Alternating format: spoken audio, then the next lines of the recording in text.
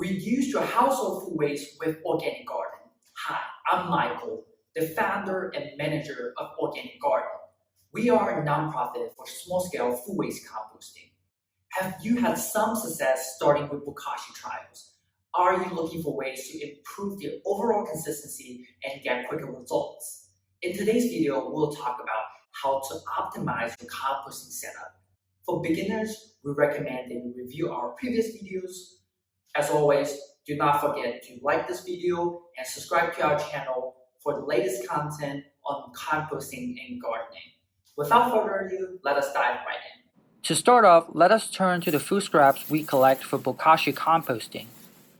Technically, the effective microbes that we introduce to our buckets can process a number of household food waste items: vegetables, small bones, coffee grounds, pastry, dairy, and meat. However, note that they are fermented or treated at slightly different rates. It is best to focus on coffee grounds, eggshells, fruits, and pre-cooked veggies. For pastry, meats, bones, dairy, and other highly processed or greasy products, we recommend using them only in small quantity or trying the traditional composting method instead. Avoid any food that may contain pathogen, which will disrupt the proper functioning of the microbial community. Before we mix, let us remove excess liquid from the food scraps, as high water content may slow down the fermentation process.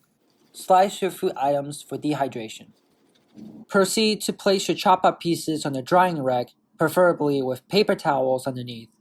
Then, you can experiment with sun drying or air drying to see which best suits your needs.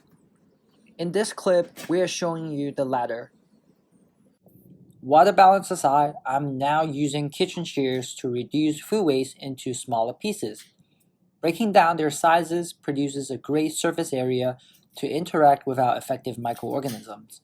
To maximize microbial activity within the bucket, food grinders and shredders are also recommended when available. Here's a look at the properly treated food waste. Now it's time for mixing. Let us sprinkle a layer of Bokashi bran at the bottom of the bucket. We then top it with food scraps about 1 inch in height.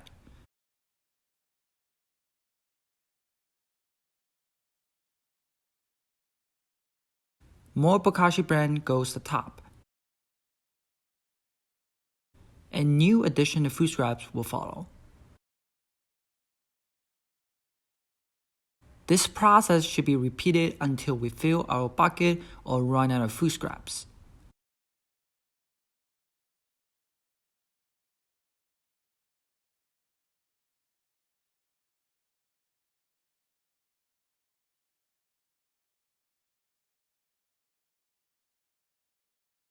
With the ingredients in place, we need to remove excess air from the bucket. Use a piece of newspaper or a plastic bag to compress the pile before securely closing the lid.